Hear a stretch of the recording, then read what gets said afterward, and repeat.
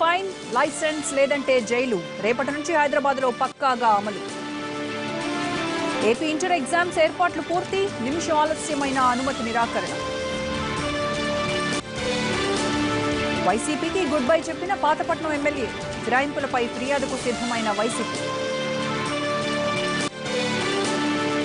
ఛత్తీస్గఢ్ ఖమ్మం బార్డర్లో భారీ ఎన్కౌంటర్, 8 మంది మావోయిస్టుల మృతి, 3 గుర్తింపు. రోహిత్ ఆత్మహత్యపై లోక్సభలో చల్లారని రచ్చ, కార్తీ చిదంబరం ఇష్యూతో రాజ్యసభలో రగడ. 7 ఏళ్ల రికార్డు స్థాయిలో లాభాలు, బడ్జెట్ బూస్టింగ్ లో స్టాక్ మార్కెట్ జోరు. కాసేపట్లో భారత్ లంక మ్యాచ్, టాస్ గెలిచి బౌలింగ్ తీసుకున్న భారత్.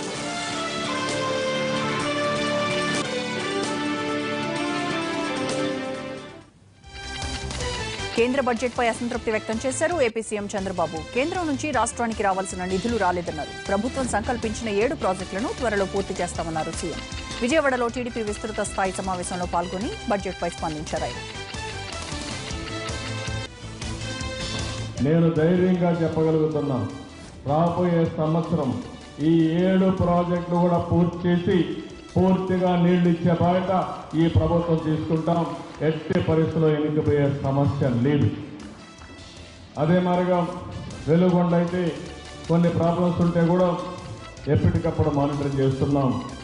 టనల్స్ని పూర్తి చేసి ఎక్కడికక్కడ ఈ కార్యక్రమాన్ని పూర్తి చేయడం కోసం మనం ముందుకు పోయే పరిస్థితి వచ్చింది. అదే మరి ఇంకొక పక్కన మీరు చూస్తే పోలవరం ఒక నిర్దిష్టమైన కార్యక్రమం పెట్టుకున్నాం.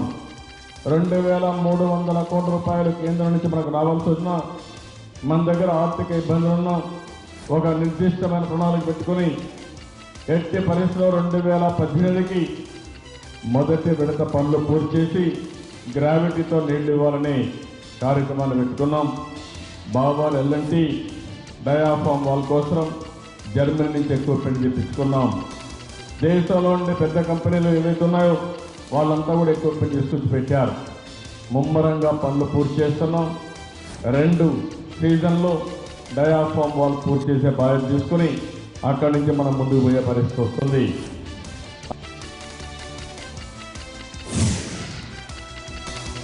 కేంద్ర బడ్జెట్లో విశాఖకు నామమాత్రపు కేటాయింపులు జరిగాయన్నారు మంత్రి గంటా శ్రీనివాసరావు. కీలక మెట్రో రైలు నిర్మాణంతో పాటు వివిధ రంగాల్లో ప్రాథమిక కేటాయింపులు కూడా లేవని అభిప్రాయపడ్డారు. 2016 బడ్జెట్ రాష్ట్రానికి మొండి చేయి చూపిందన్నారు గంటా. ప్రధానమంత్రి ముఖ్యమంత్రి వైఖరితో రాష్ట్రం చాలా నష్టపోయిందంటూ మండిపడ్డారు ఏపీపీసీసీ చీఫ్ రఘువీర. చంద్రబాబు మోడీది వంచన జోడీ అంటూ మండిపడ్డ ఆయన బడ్జెట్కు ముందు ఎంపీలను కేంద్రం వద్దకు ఎందుకు పంపలేదని ప్రశ్నించారు. ఎమ్మెల్యేల చేరికలపై బాబు బిజీ అయ్యారని, అందుకే బడ్జెట్ను పట్టించుకోలేదంటూ విమర్శల వర్షం కురిపించారు రఘువీర. పార్లమెంట్ మెంబర్లని తీసుకొని పెరేడ్ చేయలేదు, ఓన్లీ మమ్మల్ని వద్దులే, మీ పార్లమెంట్ మెంబర్లను తీసుకొని ఎందుకు పెరేడ్ చేయలేదు? ముఖ్యమంత్రి గారు లీకులు ఇస్తారు, వాళ్ళ పోలిట్ బ్యూరో సమావేశంలో చాలా బాధపడ్డారంట. ఆయన ఏ విధంగా మొహం పెట్టుకొని పోవాలి ప్రజల దగ్గరికి అన్నారట, ఆగ్రహించినారట కేంద్ర ప్రభుత్వం మీద. అయ్యా లీకుల ముఖ్యమంత్రి, పార్టీ కేంద్ర మంత్రి బ్రహ్మాండంగా ఉంది అంటాడు, మీరేమో లీకులు ఇస్తా ఉన్నారు.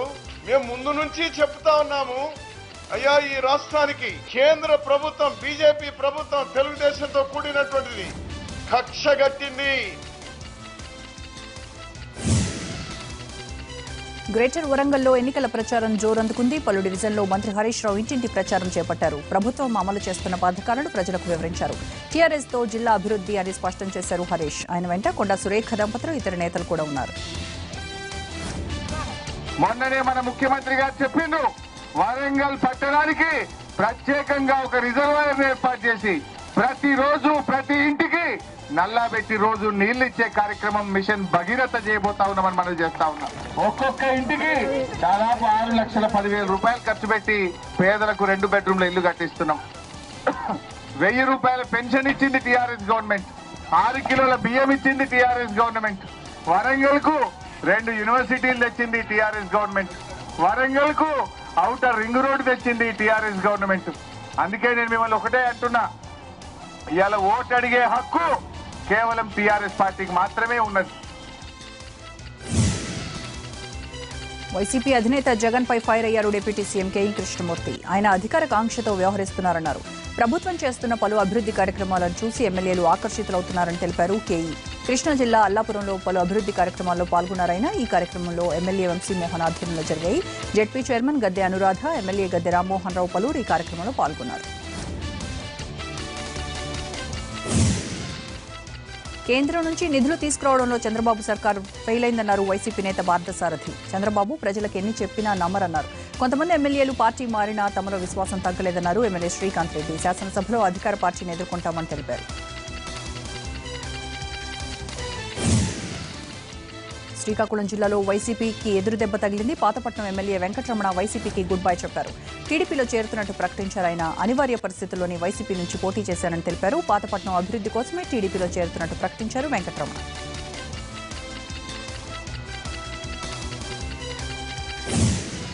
వీణవంక రేప్ ఘటనపై ప్రభుత్వం సీరియస్ గా ఉందన్నారు హోంమంత్రి నాయిని. నిందితులను వదిలే ప్రసక్తి లేదని, కేసును జీజీపీనే స్వయంగా పర్యవేక్షిస్తుందన్నారు ఆయన. ఛత్తీస్గఢ్ ఎన్కౌంటర్ తో తెలంగాణ పోలీసులకు ఎలాంటి సంబంధం లేదన్నారు నాయిని. ముగ్గురు నిందితులను అరెస్ట్ చేశాం.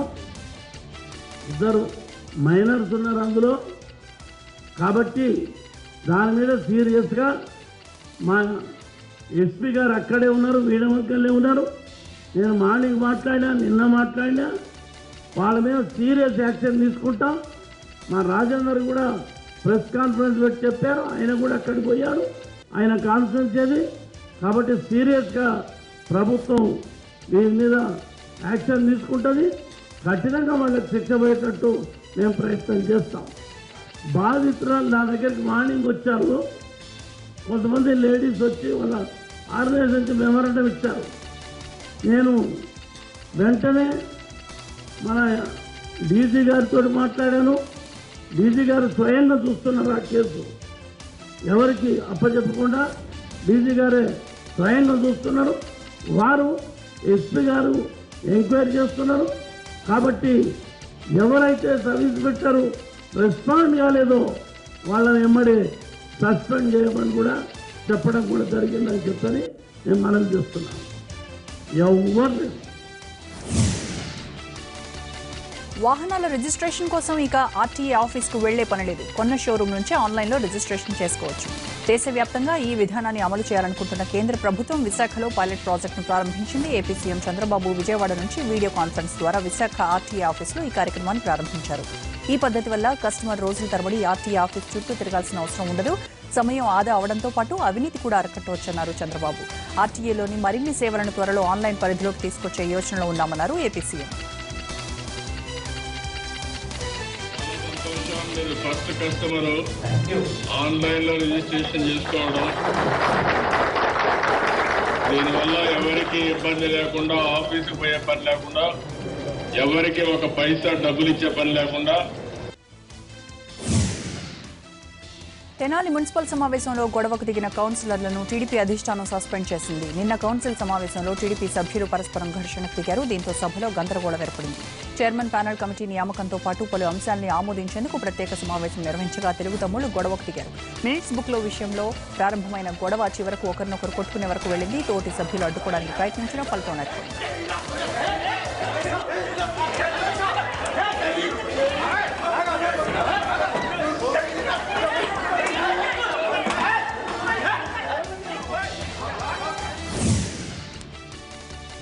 హైదరాబాద్లో దోపిడీ దొంగలు రెచ్చిపోయారు. కేపీహెచ్పీ పీఎస్ పరిధిలోని ఓ అపార్ట్మెంట్లో చొరబడ్డ దొంగలు 16 తులాల బంగారం, ₹1,00,000 నగదుతో ఉడాయించారు. సాయంత్రం ఇంటికి వచ్చిన యజమాని దొంగతనం జరిగినట్టు గుర్తించారు.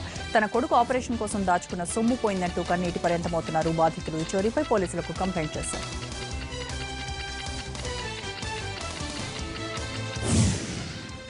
నల్గొండ జిల్లా రోడ్డు ప్రమాదంలో ఓ బాలుడు చనిపోయాడు. నకిరేకల్ మండలం చందంపల్లి దగ్గర హైవే దాటుతున్న బాలుని ఓ గుర్తు తెలియని వాహనం ఢీకొట్టింది. చిన్నారిని ఢీకొట్టిన వాహనం ఆగకుండా వెళ్లిపోయింది.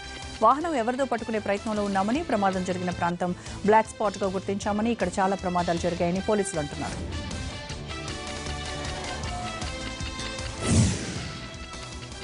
పశ్చిమ గోదావరి జిల్లాలో స్కూల్ బస్సును లారీ ఢీకొట్టింది. దీంతో స్కూల్ బస్సు పక్క పొలాల్లో ఒరిగి బోల్తా పడింది. ఈ ప్రమాదంలో 40 మంది విద్యార్థులతో పాటు బస్ డ్రైవర్కు తీవ్ర గాయాలయ్యాయి.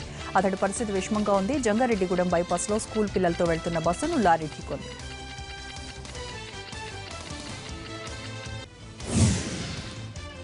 శ్రీశైలంలో మహాశివరాత్రి బ్రహ్మోత్సవాలు అంగరంగ వైభవంగా జరుగుతున్నాయి. శ్రీ భ్రమరాంబ మల్లికార్జున స్వామిని దర్శించుకునేందుకు భక్తులు బారులు తీరుతున్నారు. నాగులూటిలోని కోనేరులో స్నానమాచరించి అటవీ మార్గం ద్వారా శ్రీశైలంకు చేరుకుంటున్నారు భక్తులు. భక్తుల రద్దీతో అవాంఛనీయ సంఘటనలు జరగకుండా అన్ని ఏర్పాట్లు పూర్తి చేశారు ఆలయ అధికారులు.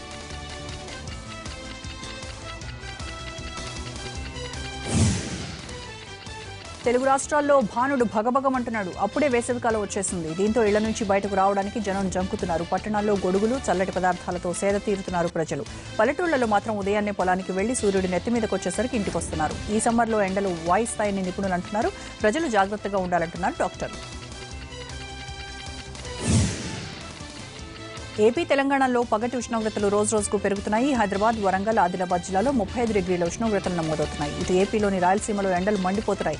కర్నూలు, అనంతపురం, కడప జిల్లాలో 36 నుంచి 37 డిగ్రీల ఉష్ణోగ్రతలు నమోదవుతున్నాయి. కోస్తాంధ్రలో 33 నుంచి 35 డిగ్రీల temperature నమోదవుతోంది.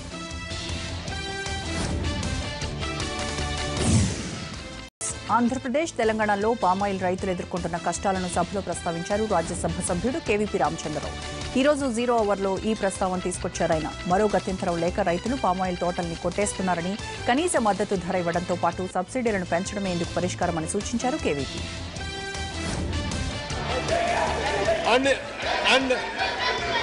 They started already cutting the palm oil trees, and this will affect the production of the oil in the country. Sir, if the once the trees are cut down, again, even if the central government and the state governments together, even if they want, I am not the government, the crop to come up, again that will take minimum of 5 years, which will give a very hard time to the farmers. If the government gives at least 10,000 rupees per ton for palm oil, then only the oil palm growing is economical, sir. Otherwise, కేంద్ర మాజీ మంత్రి P Chidambaram కుమారుడు కార్తీ చిదంబరాన్ని వెంటనే arrest చేయాలంటూ రాజ్యసభను పలుమార్లు అడ్డుకున్నారు అన్నాడీఎంకే ఎంపీలు. Chairman podium దగ్గరకొచ్చి కొన్ని పత్రికలు చూపిస్తూ చిదంబరానికి వ్యతిరేకంగా నినాదాలు చేశారు. తండ్రి కొడుకులు ఇద్దరిని అరెస్ట్ చేయాలని డిమాండ్ చేశారు. ఎయిర్సెల్, మ్యాక్సిస్ డీల్లో మనీ లాండరింగ్ కు పాల్పడ్డారంటూ ఇటీవల కార్తీ చిదంబరానికి చెందిన కార్యాలయాలపై ఎన్ఫోర్స్మెంట్ డైరెక్టరేట్ దాడులు నిర్వహించింది.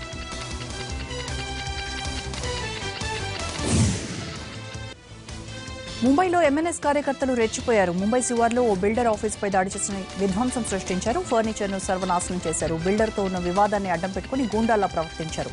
ఆఫీసులోకి చొరబడి అద్దాలు పగలగొట్టారు. దాడి దృశ్యాలన్నీ సీసీటీవీ కెమెరాల్లో రికార్డు అయ్యాయి. స్టాక్ మార్కెట్లు భారీ లాభాల్లో ముగిశాయి. కొద్ది రోజులుగా భారీ పతనాల్ని చూసిన షేర్లు బడ్జెట్ ప్రవేశపెట్టిన తర్వాత పాజిటివ్గా స్పందించాయి. ద్రవ్యలోటు నియంత్రించేందుకు ప్రభుత్వం ప్రకటించిన చర్యల పట్ల మార్కెట్ వర్గాలు హర్షం వ్యక్తం చేస్తున్నాయి. ప్రపంచవ్యాప్తంగా ఆర్థిక వ్యవస్థల సంక్షోభంలో ఉండటం, భారత వృద్ధి రేటు స్థిరంగా కొనసాగడంతో ఇండియన్ మార్కెట్ల వైపు చూస్తున్నారు విదేశీ మదుపరులు. బాంబే స్టాక్ ఎక్స్చేంజ్ 777 పాయింట్లు లాభపడింది. ఇవాళ ట్రేడింగ్లో ఆటోమోటివ్, బ్యాంకింగ్, ఇన్ఫ్రా షేర్లు లాభాలు ఆర్జించాయి. బస్సులో తిరిగి హైదరాబాద్ మొత్తం చుట్టొచ్చాం. దగ్గర నుంచి భాగ్యనగరం అందాలను చూస్తూ సంబరపడ్డాం. ట్యాంక్ బండ్ బుద్ధ విగ్రహం ముందు నిలబడి సెల్ఫీ తీసుకుని ఖుషి చేసుకున్నాం. గోల్కొండ కొండపై నుంచి సిటీ వ్యూను చూసి అబ్బురపడ్డాం. చార్మినార్ టీవీని కెమెరాల్లో బంధించి పదిలంగా దాచుకున్నాం. బిర్లా టెంపుల్లో వెంకన్నను దర్శించుకుని ప్రత్యేక అనుభూతిని పొందాం. పార్కులు, అసెంబ్లీ, జూ పార్క్ ఇలా భాగ్యనగరపు సోయగాలను చూడాలంటే కనీసం ఒక రోజు పడుతుంది. కానీ తెలంగాణ సర్కార్ తెచ్చిన హలో టూరిజంతో 10 నిమిషాల్లో హైదరాబాద్ను చుట్టేయొచ్చు. అంతేకాదు ఇంతకు ముందెన్నడూ చూడని యాంగిల్స్లో భాగ్యనగర అందాలను చూడొచ్చు.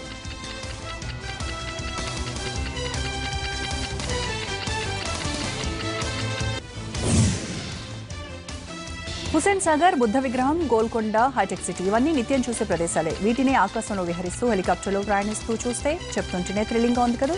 ఇలాంటి జాయ్ రైడ్ చేయాలనుకుంటున్నారా? Let's welcome to necklace road అంటోంది తెలంగాణ టూరిజం శాఖ.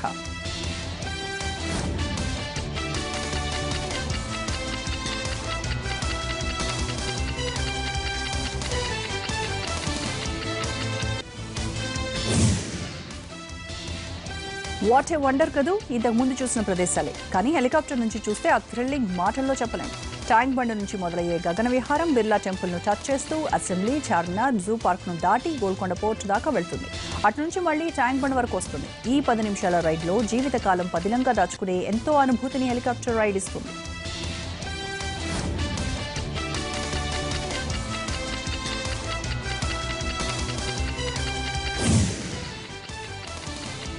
రైడ్ను తెలంగాణ ఐటీ మంత్రి కేటీఆర్ ప్రారంభించి విహంగ విహారం చేశారు. కేవలం కొన్ని రోజులకే పరిమితం చేయకుండా పర్మనెంట్ గా ట్యాంక్ బండ్లో జాయ్ రైడ్ ఉండేలా చూస్తామన్నారు కేటీఆర్.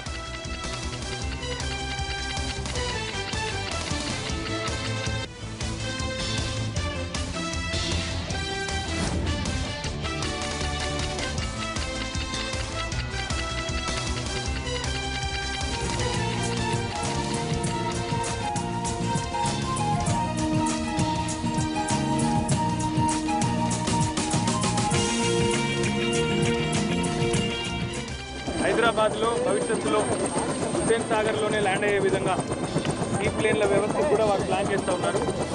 అట్లాంటి యాంఫీబియన్ ఎయిర్ క్రాఫ్ట్ కానీ ఇతర కార్యక్రమాలు కానీ ప్రారంభిస్తే ఇంకా బాగుంటుంది. అంటే అవసరమైతే హుస్సేన్ సాగర్లోనే నేరుగా ల్యాండ్ అయ్యి అక్కడే టేక్ ఆఫ్ అయ్యే విధంగా అదొక అనుభూతి. హైదరాబాద్ నగర వాసులందరూ కూడా ఈ సౌకర్యాన్ని వినియోగించుకోవాలి.